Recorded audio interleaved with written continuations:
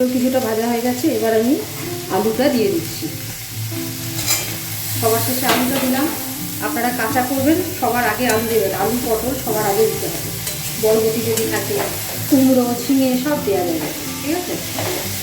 তো আমার তো যেহেতু সুগার, তো আমি তো একটু আলু ভাপানো বা সিদ্ধ করে নিয়ে খাই, সেজন্য আলুটা আমি সবার শেষে দিলাম। তো এবার এটা ভেজে নিচ্ছি। এবারে দেখাচ্ছি আর কী পড়বে। এখন আমি একটা বাঙাল রান্না করব, তার জন্য আমি নিয়েছি এখানে 5টা বরবটি, কিছুটা পরিমাণ পেঁপে, আচ্ছা 2টো ছোটো সাইজের আলু, এগুলো একটু ভাপানো আলু, এখানে অর্ধেক কাঁচকলা, 2টো পটল, 2টো শুকনো লঙ্কা, তেজপাতা, আর কী লাগছে দেখাচ্ছি। রান্নায় সোজাসুজি চলে যাচ্ছি। দিয়ে দিচ্ছি, এখন কড়াতে দিয়ে দিচ্ছি একটু রিফাইন্ড অয়েল।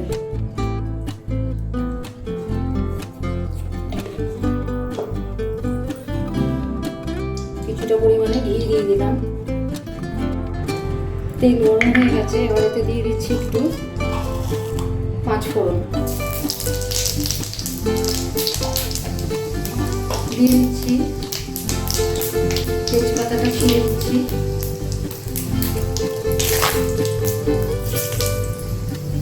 আচ্ছা একটা কাঁচা লঙ্কা দিয়ে দিচ্ছি, আর একটা শুকনো লঙ্কা দিয়ে দিচ্ছি। দুটো দিলাম না, একটাই দিলাম। এবার এতে দিয়ে দিচ্ছি পটল, এক এক করে সবজিগুলো দিয়ে দিচ্ছি।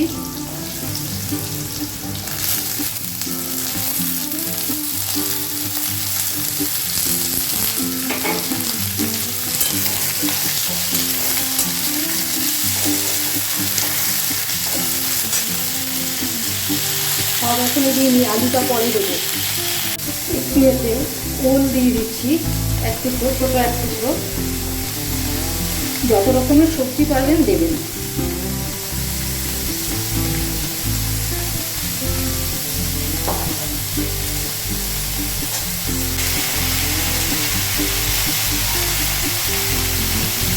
হলুদ দিয়ে দিলাম হাফ টিস্পুন মতো, হাফ টিস্পুন হলুদ দিয়ে দিলাম। তো কিছুটা ভাজা হয়ে গেছে, এবার আমি আলুটা দিয়ে দিচ্ছি। সবার শেষে আলুটা দিলাম। আপনারা কাঁচা করবেন, সবার আগে আলু দেবেন। আলু পটল সবার আগে দিতে হবে। বরবটি যদি থাকে, কুমড়ো ঝিঙে সব দেওয়া যাবে, ঠিক আছে। তো আমার তো যেহেতু সুগার, তো আমি তো একটু আলু ভাপানো বা সিদ্ধ করে নিয়ে খাই, সেজন্য আলুটা আমি সবার শেষে। এবার এতে দিয়ে দিচ্ছি খানিকটা আদা বাটা,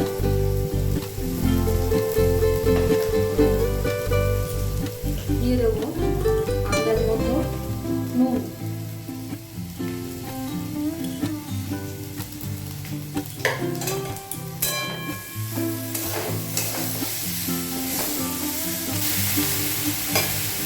এবারেতে দিয়ে দিচ্ছি কিছুটা ভেজা ছোলার ডাল,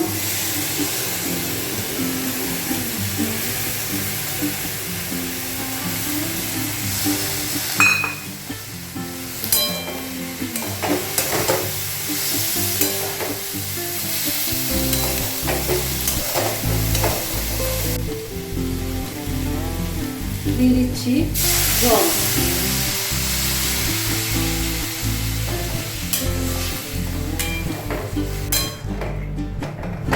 দিয়ে এবার ঢাকা দিয়ে দেবো, সিদ্ধ হতে দেবো। ঢাকা দিয়ে কিছুক্ষণ পরে দেখাচ্ছি। এবার একটু চিনি দিয়ে দেবো, হাফ চামচ মতো চিনি দিয়ে দিচ্ছি।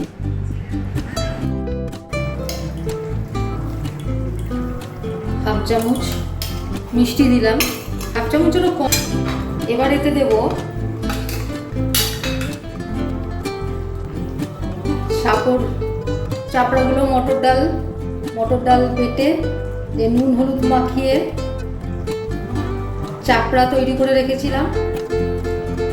ডেসক্রিপশনে দেখে নেবেন। আর এক ধরনের চাপড়া আমি দেখিয়েছি, তো চাপড় ঘন্ট আর একটা দেখিয়েছি আগে। এটা আরেক ধরনের, সেদিন বলেই দিয়েছিলাম যে বাবার বাড়ি বাংলাদেশের বগুড়া, মায়ের বাড়ি পাবনা, তো দুই জায়গাতে দু ধরনের হতো রান্না। তো যাই হোক, এটা একটু এর মধ্যে চাপড়ার মধ্যে রসগুলো ঢুকতে হবে, ঠিক আছে? আবার ঢেকে দেবো আমি, তারপরে দেখাচ্ছি আবার। আচ্ছা, এবার আমার এটা হয়ে এসছে। এখন আরও একটু আমি ঘি দিয়ে দিচ্ছি। আগে ছোট চামচের হাফ চামচ মতো দিয়েছি, এখন আরও হাফ চামচ মতো ঘি দিয়ে দিচ্ছি। তাহলে আমার আর একটা নিয়ম চাপড় ঘন্ট হলো। আগেরটা দেখিয়েছি খুব সহজ নিয়মে, ওটা খালি আমাদের খাওয়া হতে হয় উচ্ছে নয়তো ঝিঙে, আর এটা কিন্তু মিক্সড।